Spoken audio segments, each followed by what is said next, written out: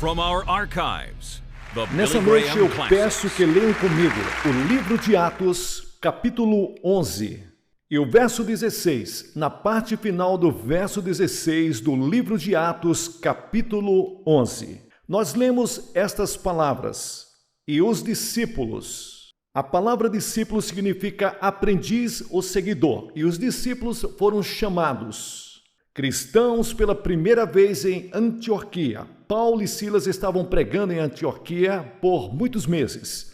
Eles estavam produzindo uma cruzada evangelística, levando centenas de pessoas a receber a Cristo. Eles fundaram uma grande igreja e naquela região as pessoas ao redor começaram a chamá-los de cristãos. Pessoas de Cristo, seguidores de Cristo e cristãos. Foi aonde a palavra cristão foi pela primeira vez citada. Seguidores de Jesus Cristo. Bem, nessa noite eu quero falar sobre o assunto como viver a vida cristã. Eu escutei sobre uma garota alguns anos atrás que escutou uma das sonatas de Beethoven e ela tinha um desejo grande de aprender a tocar. Ela tinha habilidade musical real, mas 20 anos depois, os vizinhos tinham que suportar escutá-la tocando como se estivesse assassinando Beethoven. Bem, o que aconteceu? Ela nunca encarou os exercícios com os 5 dedos e as escalas musicais. Ela negligenciou aprender a tocar. Agora, há muitos de vocês que têm uma enorme vontade de viver a vida cristã. Você quer ser um cristão? Você quer viver uma vida cristã, mas você nunca aprendeu como viver a vida cristã. Bem, disseram para você que você podia ser cristão, falaram que você deveria viver uma vida cristã, mas nunca te disseram como. Eu escutei sobre uma mulher que disse que tinha um pastor maravilhoso. Ela disse: meu pastor é um ministro maravilhoso, é um pastor maravilhoso e todos o amamos na igreja. Mas eu não consigo dizer o que ele quer que a gente faça. Bem, nessa noite eu quero que vejamos algo sobre como viver a vida cristã. Mas, antes de tudo, eu quero que vejamos algo como a Bíblia diz que é ser um cristão. O que é ser um seguidor de Jesus Cristo? Bem, temos muita gente que tem uma ideia errada. Pensa porque nasceu num país cristão. Então você é um cristão? Muitos acham que se você tem pais cristãos, você é um cristão. Mas a Bíblia diz que você não pode herdar a cristandade. Não é sobre a carne e o sangue. Não há nada que você possa fazer para automaticamente transformar você em ser aceito no reino de Deus. Você pode ir para a igreja, você pode viver uma vida decente, você pode ser uma boa pessoa moral, mas isso não te faz um cristão. Você pode ter características de um cristão, mas isso não faz de você um cristão. Existem milhares de pessoas nos Estados Unidos esta noite que pensam que são cristãos, mas na verdade não são cristãos no sentido estrito do termo. Eles nunca nasceram de novo, nunca receberam Cristo em seus corações e se eles morrerem, não vão para o céu. Agora, um cristão é uma pessoa que teve um encontro pessoal com Jesus Cristo. Um cristão é uma pessoa que tomou a decisão de aceitar a Cristo como seu Senhor e Salvador. Você o aceita e compromete sua vida a Ele. Bem, a primeira coisa é que o cristão é uma pessoa que fez uma escolha. Você tomou uma decisão, você teve um encontro pessoal com Deus vivo. Você recebeu Cristo no seu coração. Este é o primeiro passo para ser um cristão. Isso aconteceu com você? Houve um momento em sua vida quando você se arrependeu dos seus pecados e que você se deu conta de que é um pecador e você disse: ó Deus, eu me arrependo dos meus pecados. E então, por fé, você recebeu Cristo no seu coração. Bem, esse é o ponto de partida. Sim, tem muita gente tentando viver uma vida cristã, mas Cristo não vive em seus corações. Porque o cristão é uma pessoa onde Cristo habita. No momento em que você recebeu a Cristo, o Espírito Santo de Deus entra no seu coração e te dá uma nova vida moral. E você tem o poder e a força para viver a vida cristã. Agora, ninguém poderá viver uma vida cristã sem que primeiro tenha ido até a cruz para receber Cristo como Salvador. Cristo morreu na cruz, Cristo derramou seu sangue pelos nossos pecados, mas você precisa vir e receber a Cristo. Isto é um ato do seu desejo. Intelectualmente você diz: sim, eu acredito, mas isso não é suficiente. Emocionalmente você pode ter tido uma experiência moral, mas isso não é suficiente. pela sua vontade. Eu receberei a Cristo, eu darei a minha vida para Cristo. Mas então, depois disso, algo mais tem que acontecer. A segunda coisa é, uma mudança tem que ocorrer na sua vida. A Bíblia diz, as coisas velhas passaram e eis que tudo se fez novo. Deve haver uma mudança definitiva na forma como você vive, uma mudança na sua atitude, na sua maneira de viver. Você deve amar Deus de forma suprema. Você deve colocar Deus antes das escolhas e decisões pessoais. Deve ocorrer uma mudança na sua atitude em relação a você mesmo. Você não deve ser mais egocêntrico, você não deve ser mais egoísta e fazer as coisas para agradar a si mesmo. E deve ocorrer uma mudança em relação ao seu próximo. Você deve amar o seu próximo como a você mesmo. E então tem que ocorrer uma mudança na sua vida. As coisas velhas se passaram e eis que tudo se fez novo. Eu escutei sobre um homem uma vez que, nos velhos tempos, ele se acostumou a parar os seus cavalos em frente ao bar. E ele se converteu a Cristo em um encontro da igreja metodista. E no dia seguinte ele voltou para a cidade e parou os cavalos no mesmo lugar. E o balconista do bar veio do lado de fora e disse, qual é o problema? Você parou os cavalos aqui por 10 anos e agora por que não entra? E o homem disse, eu me converti ontem à noite, eu recebi a Cristo. E ele disse, eu mudei o local de parada. E isso é exatamente o que deve ser feito, mudar o local de parada. E se não há nenhuma evidência de mudança na sua vida, é melhor você verificar se você é mesmo um cristão. Porque se sua vida não mudou, se você não carrega o fruto que Deus te deu quando você aceitou a Cristo, então você deve se arrepender. Porque para os filhos de Deus, uma mudança ocorre. Jesus disse, e pelos seus frutos os reconhecereis. Pelos seus frutos. Quais são os seus frutos? Os frutos do Espírito Santo são amor, alegria, paz, longanimidade. Você está vivendo a vida cristã? Você se entregou a Cristo? Você sabe se teve este encontro com Ele? E uma mudança aconteceu na sua forma de viver, em suas atitudes? Se não, talvez você não seja um cristão. Você pode estar vivendo no paraíso dos tolos. Você pode pensar que é um cristão, mas não é. Porque um cristão é uma pessoa que recebeu Cristo e uma mudança ocorreu na forma como ele vive. Terceiro, o cristão é uma pessoa que aceitou um desafio, o desafio de Cristo. Cristo disse, se alguém quer ser meu seguidor, que negue a si mesmo, tome a sua cruz e me siga. Em Moscou, nesta noite, milhares de jovens estão sendo desafiados. Eu estou feliz de dizer que os jovens americanos, até onde eu sei, não aceitaram o desafio do comunismo. O comunismo tem desafiado milhões de jovens. Jesus Cristo também ofereceu um desafio. Ele disse, a menos que você tenha o desejo de aceitar meu desafio e viver por mim, você não pode ser meu seguidor. Hoje, em nossas igrejas, estamos ocupados com cifras astronômicas para produzir nossos relatórios. Tudo isso é bom, mas Jesus está ocupado e eliminando pessoas. Toda vez que uma multidão ficava ao redor de Jesus, ele dizia, espere um minuto, se você quiser me seguir, você tem que negar a si mesmo. Aquilo eliminava multidões. Então, se a multidão ainda fosse grande, ele dizia, se você quiser me seguir, você tem que pegar a sua cruz e me seguir. Bem, aquilo eliminava a maioria restante, porque eles não queriam ir para a cruz. A cruz era a cadeira elétrica daquele tempo. E Jesus disse, se você quiser me seguir, vai ter que pegar a sua cadeira elétrica e vai pegar o lugar para ser executado. A impopularidade, quem vem junto quando me seguir? E a maioria das pessoas não querem fazer isso. A maioria das pessoas não querem ir a Cristo. A maioria não querem se apresentar e ser selecionado quando tem que se entregar a Cristo. Eu te pergunto nessa noite, você tem certeza de que é um cristão? Você tem certeza de que seus pecados estão perdoados? Tem certeza de que vai para o céu? Tem certeza de que está pronto para se encontrar com Deus? No sentido estrito do termo, eu te pergunto nessa noite, você é salvo?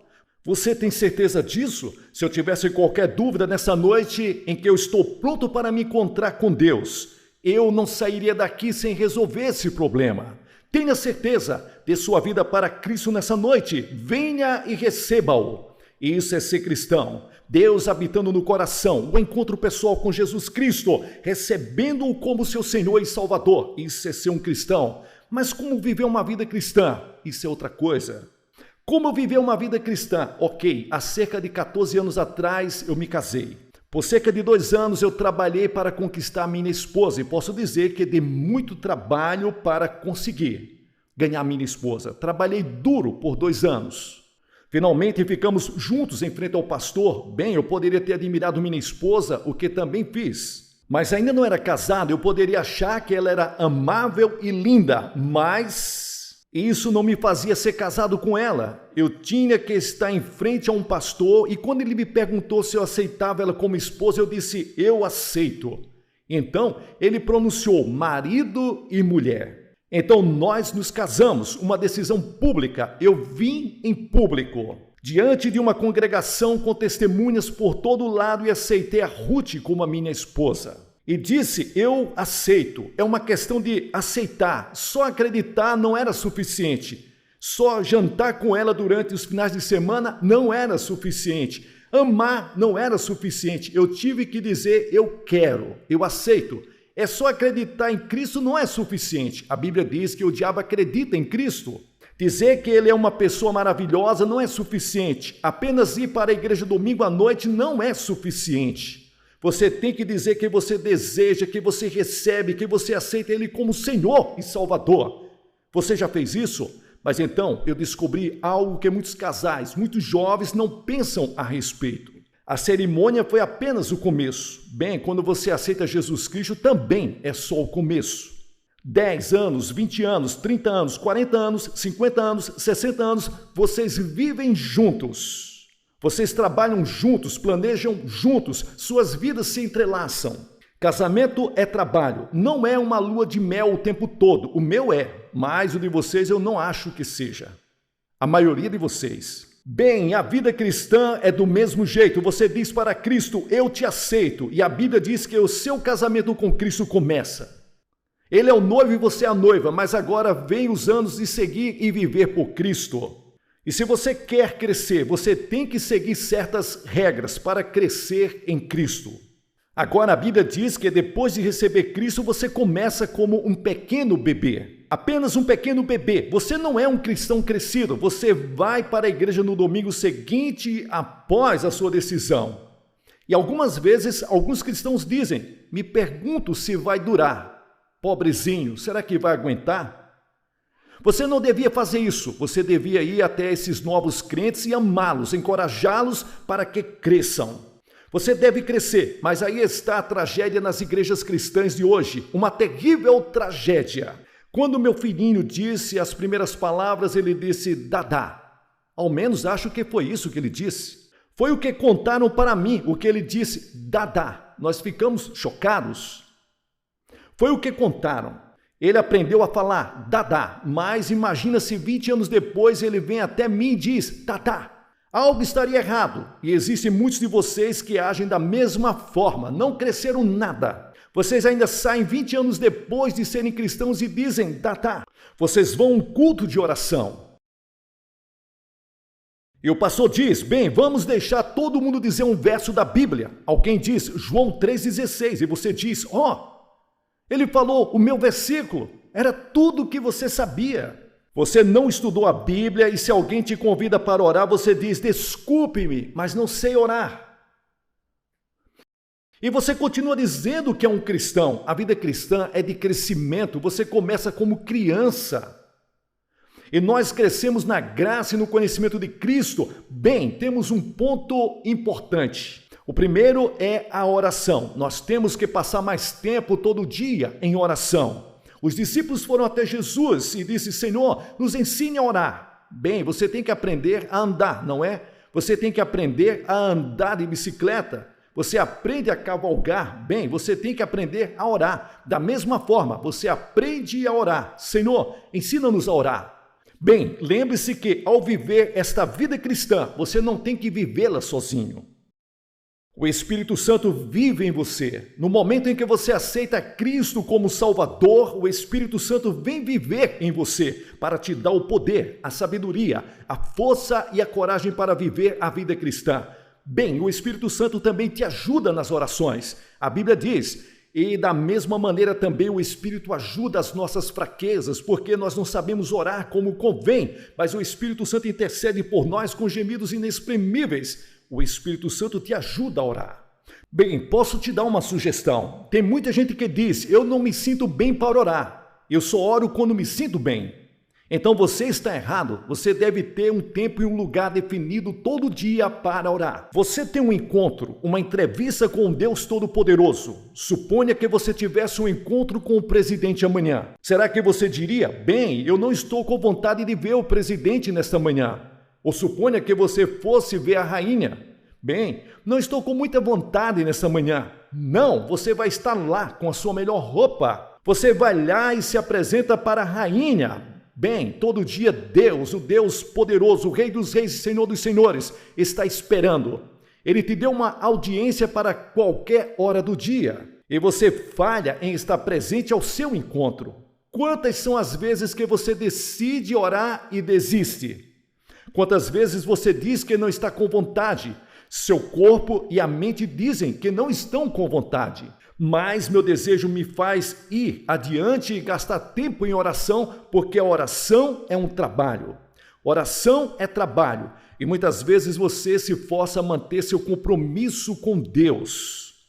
E daqueles momentos surgem os momentos mais preciosos e algumas das maiores respostas. E então, o segundo ponto, que é ler a Bíblia. Bem, o propósito da Bíblia é o de testificar de Jesus Cristo. A Bíblia, de Gênesis ao Apocalipse, aponta para Cristo. Nesta quinta noite, eu vou contar como estudar, ler e entender a Bíblia. Vou só começar esta noite. Jó disse, não me afastei dos mandamentos dos meus lábios, dei mais valor às palavras da sua boca do que o pão com manteiga. A Bíblia diz, como crianças recém-nascidas, desejem de coração leite espiritual puro, para que por meio dele cresçam para a salvação. A Bíblia diz que não crescemos só fisicamente, mas que dentro de você existe uma alma. Fisicamente você tem olhos, boca, nariz e mãos, mas vivendo dentro de você está a sua personalidade, sua alma, mente e memória. Esta é a sua alma, o seu espírito. Bem, e se você gasta todo o seu tempo no desenvolvimento físico? A maioria de vocês parece que tomou um bom café da manhã hoje. Você não deixou de comer hoje, deixou?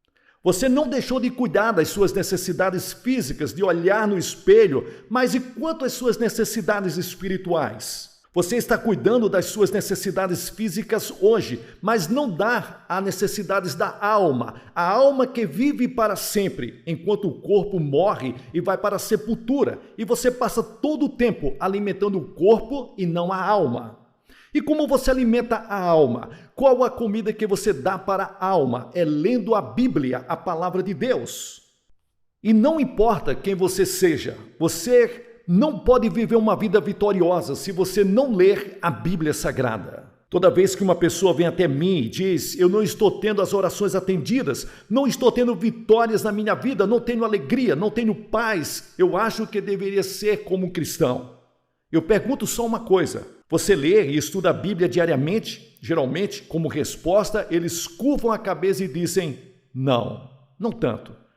Deus tem uma mensagem para você nesse livro. Leia, estude e medite nela. Bem, veja como você deve ler a Bíblia. Leia com reverência. É um encontro com Deus Todo-Poderoso. Leia com expectativa. Leia a Bíblia esperando que Deus fale com você. E realmente Ele falará com você. Talvez você leia só um verso, mas medite naquele verso. Talvez você leia um capítulo inteiro, medite naquele capítulo. Venha com expectativa, porque cada vez que você lê as Escrituras, Deus tem uma mensagem para você. E leia com dependência. O Espírito Santo inspirou o escritor desse livro e o Espírito Santo pode interpretar este livro para você. Muitas vezes eu leio a Bíblia e existem pontos que eu não entendo e fico de joelhos e digo, Deus, por favor, mostre para mim. E de joelhos eu encontro o significado daquela passagem através do Espírito Santo. Bem, e reserve um tempo adequado. Não leia apenas um verso da Bíblia como um ritual e feche-a. Reserve tempo para Deus. Tempo de 15, 20 ou 30 minutos. E você deve fazê-lo toda manhã. Antes de deixar a sua casa ou antes de deixar o seu escritório, passe meia hora em estudo da Bíblia em oração. E eu digo a você, O dia será totalmente diferente. Você caminhará nas nuvens, haverá alegria na sua alma, haverá um sorriso na sua face, haverá uma atitude totalmente vitoriosa em relação à vida. Se você tiver o hábito de ler a Bíblia e passar um tempo em oração toda manhã. Terceiro ponto. Se você for viver uma vida cristã, deve haver disciplina na sua vida. A vida cristã é uma forma de renúncia. Jesus disse: estreito é o caminho que leva para a vida eterna. A Bíblia diz que o cristão é um soldado que tem que sofrer. A Bíblia diz: tu, pois, sofre as aflições como bom soldado de Cristo. O cristão é como um lutador de boxe que fortalece seu corpo. E em todo o Novo Testamento você lê palavras como esta, descrevendo a vida cristã. Lute, corra, trabalhe, suporte, resista, agonize. Tudo isso nas palavras do Novo Testamento descreve a vida cristã. E para ser uma vida disciplinada, nós temos que disciplinar as nossas mentes, as coisas que lemos e pensamos. Nenhum pensamento ruim deve entrar em nossas mentes e, se entrarem, devem ser expelidos imediatamente. Nossas mentes devem ser disciplinadas, de modo que a não gastarmos tempo lendo lixo e literatura que não vai edificar, ou resistir a um tipo errado de programa de televisão. Nós não jogamos nosso tempo fora. Nós não deixamos nossas mentes paradas. Nossas mentes são disciplinadas. Nossas línguas também são. Põe, ó Senhor, uma guarda para minha boca. Salmo 141, versículo 3. Nosso tempo é disciplinado, nossa mente, nossa língua, porque estas são dias ruins. Cada pedaço de tempo que Deus nos dá todos os dias são joias preciosas. Eles nunca poderão ser trazidos de volta, eles devem ser dedicados a Cristo. Esse meu corpo, a Bíblia diz que é o templo do Espírito Santo e que devemos ter autocontrole. Autocontrole, mansidão, bênção sobre a carne, disse Jesus. É isso que mansidão significa. Significa temperança, autocontrole. Eu tenho que viver uma vida disciplinada. Quão pouca disciplina nós temos hoje em nossas vidas. Com pouca disciplina nós temos em nossa experiência cristã, em nossa vida cristã, e essa é a razão pela qual milhares de cristãos falham.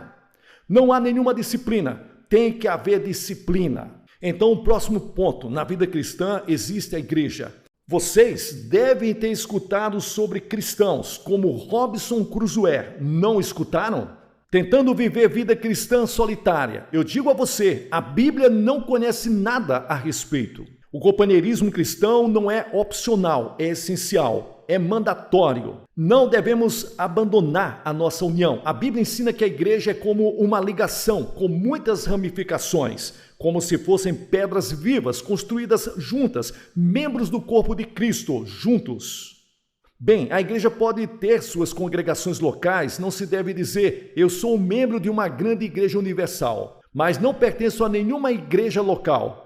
É como dizer, sou da Marinha, mas não vou a nenhum navio. Como as Nações Unidas. Eu estava nas Nações Unidas na segunda-feira. Tive uma interessante conversa com o líder de lá e vi pela janela todas aquelas bandeiras. E pensei, esta é uma grande organização, mas que possui seus membros locais ao redor do mundo. Na forma de nações e estados, aqui nós temos a grande igreja, o corpo de Cristo, mas que possui suas ramificações locais em todo lugar. Uma pode ser chamada de luterana, outra de batista, outra de presbiteriana, qualquer que seja o nome e o lugar onde Cristo é falado.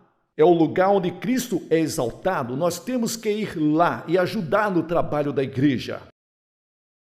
A igreja é para cultuarmos juntos, é o lugar onde damos o nosso tempo para o trabalho do Senhor. Espero que você vá à igreja amanhã. Estamos em uma noite de sábado. Vamos todos cultuar ao Senhor amanhã. Vamos todos. É um mandamento de Deus. E eu te digo, você não pode viver uma vida cristã vitoriosa, longe da igreja, com alegria no coração, sem estar pertencendo à igreja cristã. Tem gente que diz que está procurando uma igreja perfeita, mas nunca vai encontrar. Você nunca vai achar uma igreja perfeita. Eu viajei pelo mundo, vi muitas e diversas igrejas, mas até agora não vi nenhuma igreja perfeita. E não creio que haverá. Jesus tinha um pequeno grupo de homens com ele, 12, e eram imperfeitos. Judas o traiu. Pedro o negou e muitos não o acompanharam quando ele foi para a cruz. Não existe nenhum corpo perfeito na terra. Vá para uma igreja e trabalhe por Cristo. Então, por último, o cristão deve testemunhar por Cristo. Bem, como você testemunha? Você testemunha pelo jeito que você vive. A graça, a cortesia, você testemunha por Cristo, se você vive uma vida mudada, em que Cristo vive em você e irradia através de você. Outras pessoas irão ser atraídas e perguntarão: qual o seu segredo?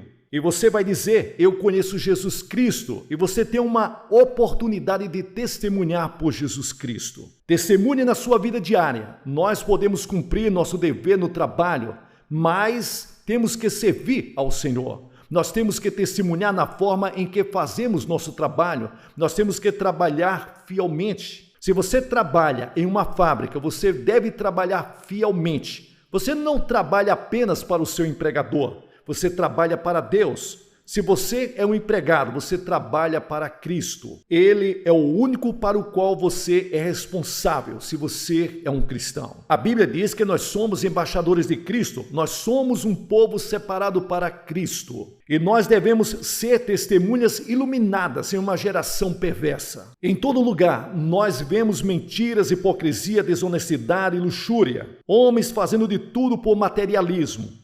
Entregue sua vida a Cristo. Deixe que Ele viva em você e transforme a sua vida. Torne-se o sal nas comunidades. Seja luz para a sua comunidade. Deixe que as pessoas saibam que você tem Cristo no seu coração. Vive uma vida pura, honesta, saudável e limpa. Eu quero te perguntar nessa noite: você é um cristão? Você está vivendo do tipo de vida que eu te falei?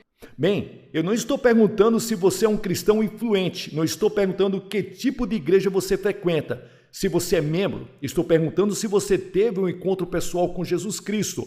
Houve uma mudança em sua vida? Você aceitou o desafio de seguir a Jesus? Você está vivendo uma vida fiel a Ele? Se não, você pode começar esta noite, agora mesmo. Agora mesmo, você pode dizer: Senhor, eu te entrego a minha vida, o meu coração e a minha alma. Eu quero que Cristo venha e perdoe os meus pecados e as minhas falhas. Quero segui-lo e servi-lo. Eu quero saber que meus pecados estão perdoados e que vou morar no céu. Eu quero uma mudança em minha vida. E quero uma mudança no lugar onde trabalho. Eu quero me tornar uma luz por Cristo. Quero me tornar uma testemunha por Cristo. Quero a alegria de viver por Ele. Quantas pessoas dizem que são cristãs, mas não têm paz no coração, não têm alegria, não têm amor na vida, não caminham com Cristo, não sentem nenhuma emoção. Ficam com raiva facilmente, são invejosos, cheios de orgulho. Eu digo uma coisa: a vida cristã nunca foi isso. Entregue sua vida a Cristo e tenha certeza de que Ele vive no seu coração.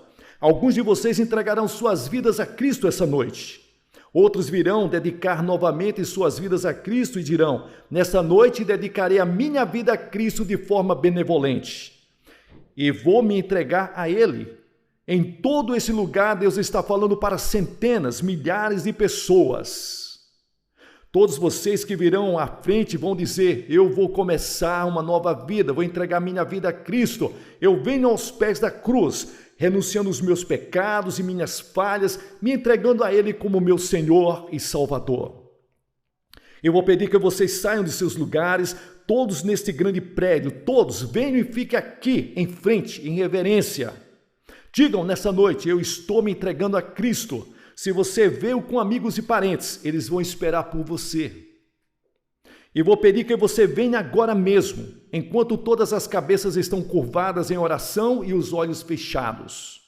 O coral cantando baixo: tal qual estou. Homens, mulheres, jovens, crianças, eu vou fazer uma oração por vocês. Você não pode vir para Cristo na hora que quiser. Você só pode ver quando o Espírito de Deus está falando, e Ele está falando com centenas de pessoas aqui hoje. Ele está falando para você aí em casa. Você pode entregar sua vida a Cristo agora. Nessa noite, eu me entrego a Cristo. Muitos de vocês são cristãos e membros de igreja, mas você precisa dedicar de novo a sua vida a Cristo. Você precisa dizer a Deus que de agora em diante, você vai viver a vida cristã correta. Você vai entregar sua vida para Ele. De todos nesse prédio, nesse local, centenas de vocês, venham aqui, agora. Levante-se de seus lugares e digam: nesta noite eu me entrego a Cristo. Nós vamos esperar e depois vamos orar. Vamos ler um verso das Escrituras, te dar uma palavra para você levar para casa, e você que veio com os amigos e parentes, eles vão esperar. Depois você poderá voltar e se juntar a eles. Você virá aqui agora como uma indicação de que você confia em Cristo. Pessoal, aqui é o pastor Gilson Soares fazendo aqui as locuções, as traduções do reverendo Billy Graham. Você que está acompanhando nosso canal, abençoe esse canal. A obra missionária na cidade de Guarabira, na Paraíba, para que possamos fazer mais e melhor. Você pode fazer isso através da chave Pix ou do número da conta que aparece na descrição. Que Deus abençoe a todos vocês.